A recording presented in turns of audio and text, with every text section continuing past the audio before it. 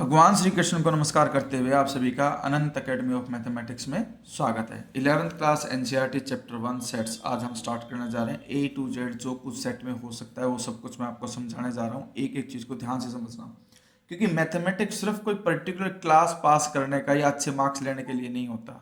ये आपके जब तक आप आगे कंपटीशन में भी जाओगे तो वहाँ तक ये आपके काम आएगा। तो इसलिए जो भी कुछ आप पढ़ते हो उसकी डीप नॉलेज आपके पास होनी बहुत ज़रूरी है। तो सेट्स में सबसे पहले तो हम इसकी डेफिनेशन बात करेंगे कि भाई डेफिनेशन और इसकी रिप्रेजेंटेशन क्या है। तो इसकी डेफिनेशन तो ये है कि भाई a set is a well defined collection of objects. Well defined collection of objects को हम सेट कहते हैं। जैसे कि आपके पास दे दिया N the set of all natural numbers, Z the set of all integer etcetera. ठीक है, अब इसकी दो फॉर्म आती हैं, लिखने के दो तरीके हैं, दो मेथड हैं, एक रोस्टर और टेबुलर फॉर्म और एक सेट बिल्डर फॉर्म। अब इन दोनों में क्या मेजर डिफरेंस होता है वो भी मैं आपको बता देता हूँ। जैसे कि मान लो आपके पास सेट ए है 1, 2, 3, 4, 5 एंड सो ऑन, ये कहलाएगी रोस्टर फॉर्म। इसके अंदर जो एलिमेंट उन सब के बीच में कॉमा आएगा और सेपरेटली लिखे जाएंगे। और जो सेकेंड फॉर्म है सेट बिल्डर फॉर्म, उसमें क्या है कि हम एक्स लिखा, फिर एक्स की प्रॉपर्टी बताई कि एक्स क्या है, x is a natural number. तो इसमें हमें क्या होता है कि रीड करके हमें सेट क्रिएट करना पड़ता है, इसीलिए इसको सेट बिल्डर फॉर्म कहते हैं। ठीक है, अब हम आते हैं फर्स्ट एग्जाम्पल पर।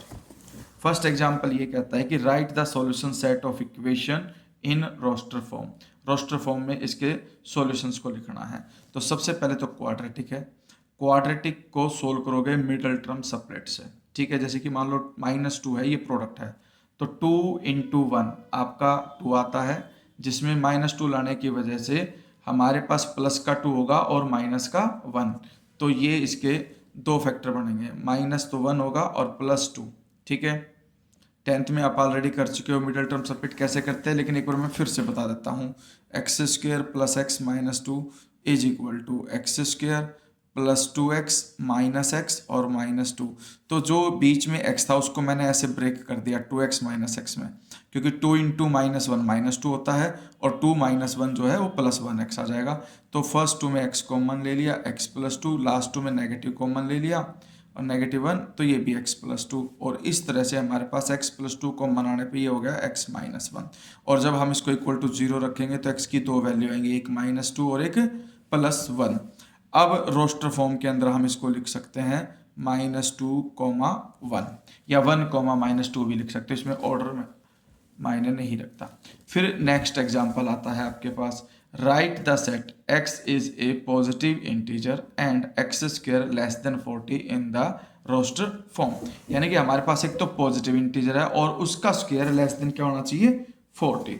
तो हमारे पास इंटीजर जो सेकंड एग्जांपल उसके अंदर जो सेट बनाएंगे, देखो 0 का स्क्वायर < 40 होता है, 1 का स्क्वायर भी < 40, 2² 4 होता है, 3² 9, 4² जो है आपका 16, 5² जो है 25, 6² 36, 7 नहीं लिख सकते क्योंकि 7 का स्क्वायर होता है 49, वो < 40 नहीं होता, इसलिए हम सिर्फ 6 तक जाएंगे।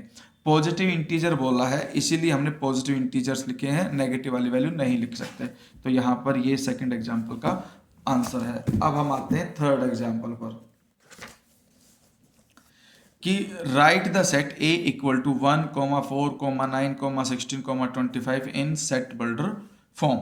सेट बिल्डर में क्या है, ध्यान से देखिए कि देखो ये 1² है, ये 2² है, ये 3² है, ये 4² और ये 5², और कोई लिमिट नहीं तरीके, अनलिमिटेड वे में चलते जाएंगे। तो इस तरह से लिखेंगे भाई x, फिर x क्या है उसकी प्रॉपर्टी लिखेंगे, x is the square of A natural number. या फिर हम इसको ऐसे भी लिख सकते हैं कि भाई x = n² where n belongs to capital N, यानी कि नेचुरल नंबर से वो बिलोंग करता है। तो यहाँ n की वैल्यू 1 रखोगे तो 1² 1 आ जाएगा, 2 पुट करोगे 4 आ जाएगा, 3 पुट करोगे 9 एंड सो ऑन।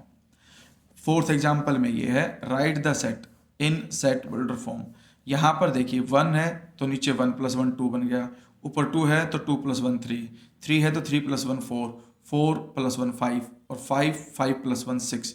तो इस तरह से जो भी आप न्यूमरेटर में लिख रहे हो उसका 1 एक्स्ट्रा डिनोमिनेटर में है। तो हम इसको ऐसे लिखेंगे सेट बिल्डर फॉर्म में x = n/n + 1, जहाँ पर n क्या है आपका एक नेचुरल नंबर, 1 2 3 4 5 6 ये नेचुरल नंबर होते हैं।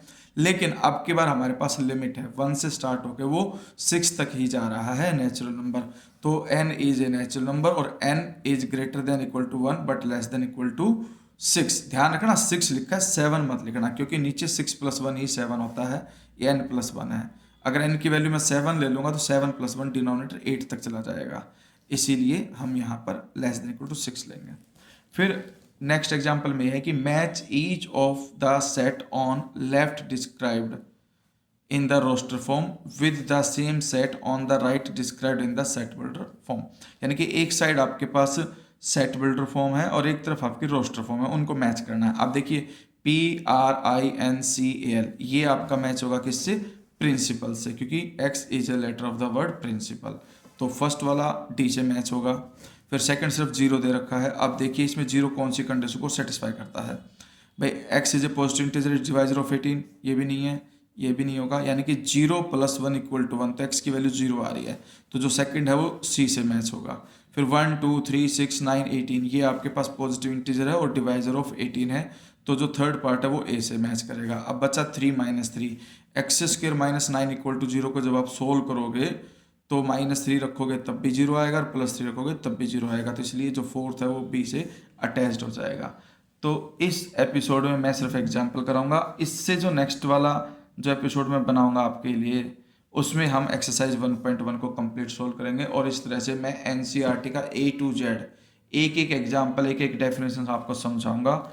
जुड़े रहिए, चैनल को सब्सक्राइब कीजिए, फ्रेंड सर्कल क्लासमेट्स में मैक्सिमम से मैक्सिमम इसको शेयर कीजिए। धन्यवाद।